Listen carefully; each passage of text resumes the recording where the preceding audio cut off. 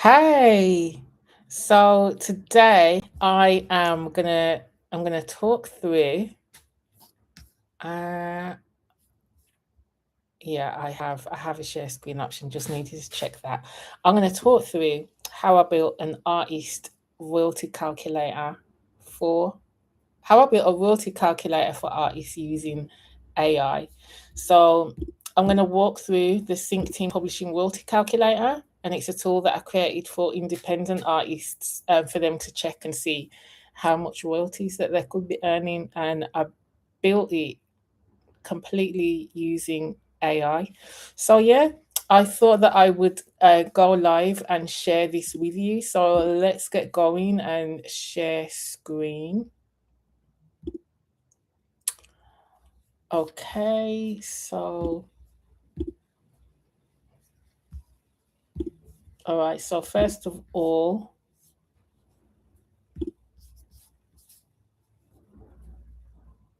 I'm going to share.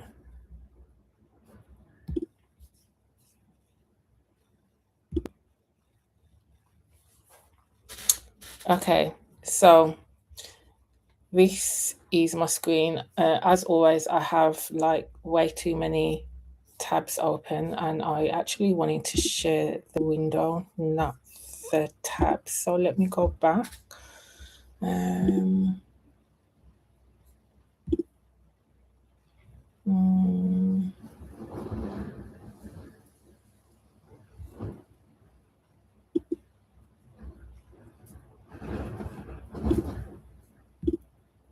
okay, no, it won't let me do that. So we're just going to roll with it. Okay, so this is an example of the actual tool itself. No, this is not the tool. Let me change it. So my bad, that's the wrong one. So this is an example of the actual tool. This was actually the first tool that I did. And I decided what I wanted to do was I wanted to upgrade it basically and make it more intelligent because this one actually uses some generic figures and I wanted to drill down more into that basically. So that's what I ended up doing.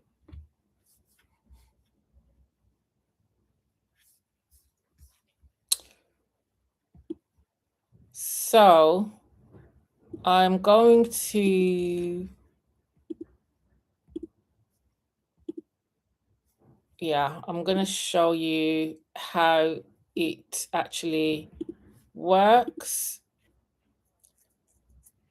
I'm going to give you I'm going to give you a bit of an overview. You can probably see I'm really not prepared for this live stream at all. But you know what? It's okay. Because the next one I will be. So it is what it is at this point. But anyway, I hope you get something out of it. I'm not going to be on here for too long.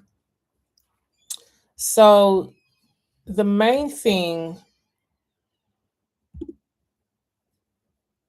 is I wanted to talk a little bit about the problem that the tool solves, right? So the problem around it basically was that we needed a way for artists to be able to figure out themselves exactly how much royalties that they were owed. We wanted to be able to do that in a way that was easy for them and also as a way to kind of like pre-qualify them before they join the sync team platform. So sync team collects music publishing royalties, right? So we wanted to make sure that artists that sign up with us make sure that we wanted to make sure that artists that sign up with us actually have royalties to collect because there's no point in them signing up with us and they don't have anything. And the best way of doing that is to give them like some kind of visual, and also for the artists that may not know they have royalties to collect but they're doing like quite good numbers, also giving them a way to visually see actually, you know what, this is the amount of royalties that I'm leaving on the table. So wanting to be able to serve the audience in that way. So that was the problem that we wanted to solve.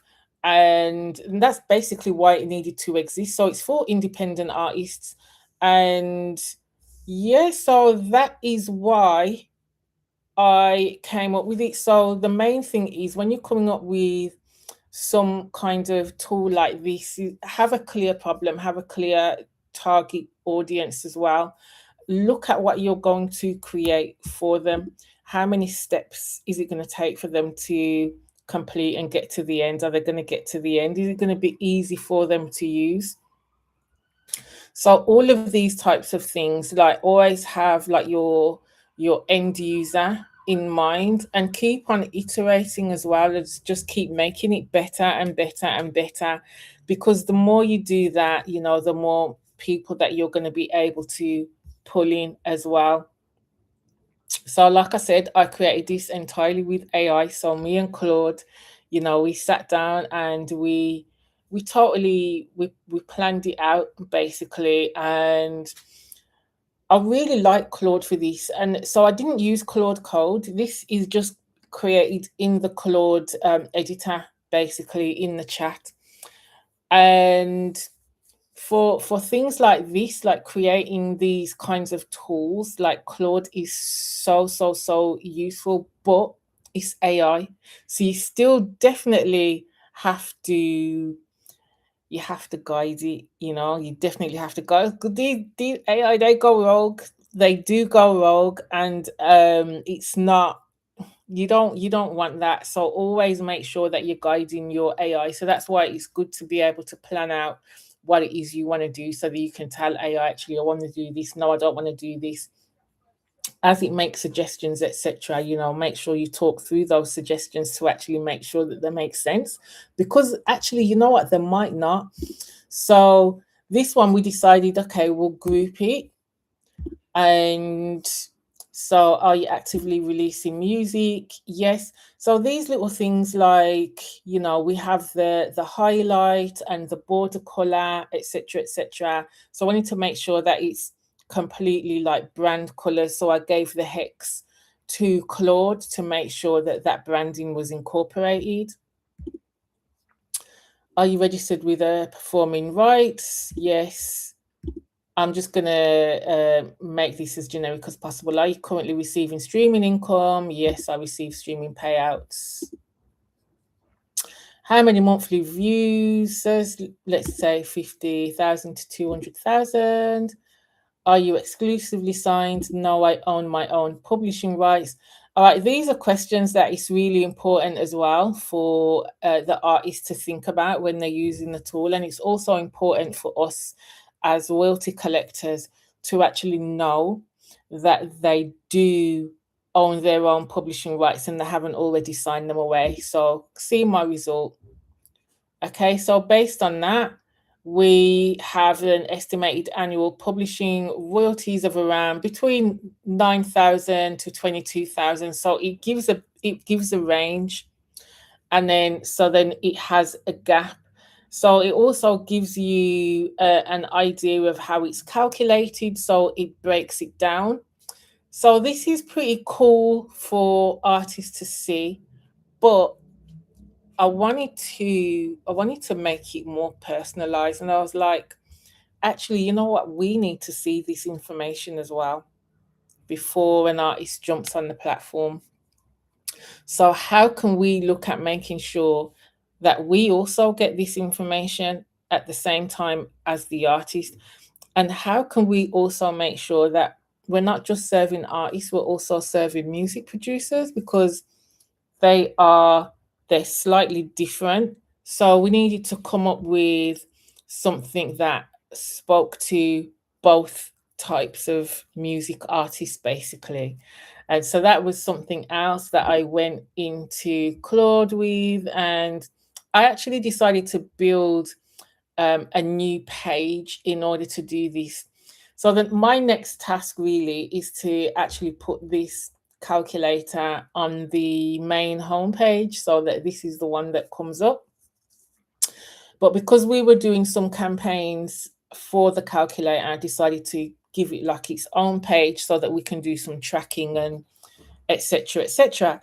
So now we have these. I'm an artist, I'm a producer. So we see that it changes. So we assume a 50% split, and they're different questions and different prompts for the producers. So in one tool, we can serve more than one customer type. And that is something that was important for us to do. So now an artist might want to look at a single song, or they might want to look at a catalog. So that means those questions also have to change, right? So these are the things you need to really like think through, and it's not necessarily prompting that is going to do that. This is where your own thought process then has to come in, because you know your business, you know what your business needs, you know what the problems are, you know what the gaps are, etc., etc.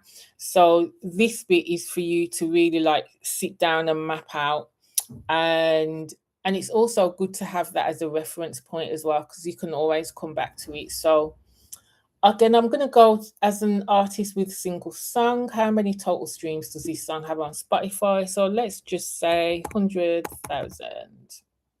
That's 10,000. Yeah, so that's 100,000 there. Right, so again, these little things like the making the highlights and making the button be highlighted in a certain color, you will have to be very specific with Claude in terms of actually when the next button is validated, then I want it to be this color. I want to make sure that it's easy to see. I want to make sure that it's clear to see, etc., etc., because it will just kind of give you a kind of like template-y look that's a little bit meh. So, do spice it up as much as you can yourself, if you can, that is. Okay, so how many total views has this song received on YouTube? A rough estimate is fine. So I didn't want artists to think that they had to have the actual numbers, because one of the things that I noticed when I was running checks on the back end is that they look at it and then they go away. So they're going away to find their numbers. So I was like, let's just say that they can have an estimate. And that's where tracking is really, really helpful, because you get an idea of what people are actually doing on your page. Go to next. How many total streams does this song have on Apple Music? Let's say 30,000. I've never had Apple Music, I've never used it, but I know a lot of people that do. Okay, so your publishing royalty estimate, £210. So that's, to me, that's a lot cleaner than having a range. This is like an exact figure that has been calculated based on numbers being put in. So I like that a lot. So now get your full breakdown, and the full breakdown will tell you by platform what that is. So I put that in there, and then I can click that button and I can get that sent to my WhatsApp. A message comes up basically in WhatsApp. We get that message so we can actually see the numbers and the breakdown, and then the artist gets a nice email breakdown with their numbers as well. And then they can simply start again. All right, so pretty cool, right? It's pretty cool. So I really do like that. One of the things that was important to me as well was to make sure I did tracking. So I will cover that in a different video, but it's really important that you have an idea of actually what's going on in your page. So I am going to share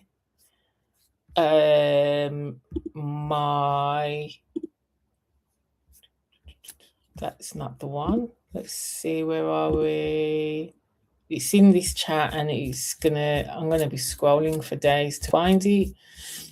And a lot of this actually is let's get rid of this. Yeah, a lot of this is going back and forth as well with Claude in terms of Yeah, so things like this is me going back and forth and saying, we need to make sure that it's working properly on smaller screens. So it's giving me some CSS. And if you're into code, you might recognize some of this. If not, it's going to mean nothing to you. So yeah, I did quite a lot in terms of that. But because I have a code background, I know what to ask for. So here we go. This is all the bunch of CSS that you can see here. Not going to kill you going through that. So this is basically the code. So we sat down and we planned it out, and it generated the code for it. So we have the steps. You can see the questions are here. And we can see, okay, this one was the range. So we can see all there. Yeah. So this basically is how I did it. So I mapped out the whole thing basically with Claude, and then just went back and forth. And what I did is I used this as like a roadmap, basically. So this would be like the first version. And then I would say, okay, so what we need to do is we need to now add this, and we need to think about this. So let's change the code. Let's see, for example, change the font. Want to make sure that we're using the font that's aligned with the brand, and want to, and it's giving me like things to do. So I did have to kind of like trawl through code and like make the changes. But I'm okay with doing that. You don't actually have to do that. So you can just tell Claude, like, no, just rewrite the code and give it me again. But yeah, because I am familiar with code, I'm totally okay to do it. So yeah, there we go. So we have some color changes as well, making sure that things are easy to view, basically. 'Cause sometimes as well things will come out too dark. So it's like these AI tools have a like template that they use, or like a specific like palette that is the go-to, that maybe they're just like trained on, and you have to prompt them away from it and give them specifics. So always make sure you do that. So just say, this is the color scheme I'm working with. These are the hexes that I want to use. So if you can give it as much design direction as you can from the beginning, that is going to save you so much time. So much time. So yeah, that is basically how I did it. So I did my planning first. I thought about what the problem was, thought about what I wanted the user to do.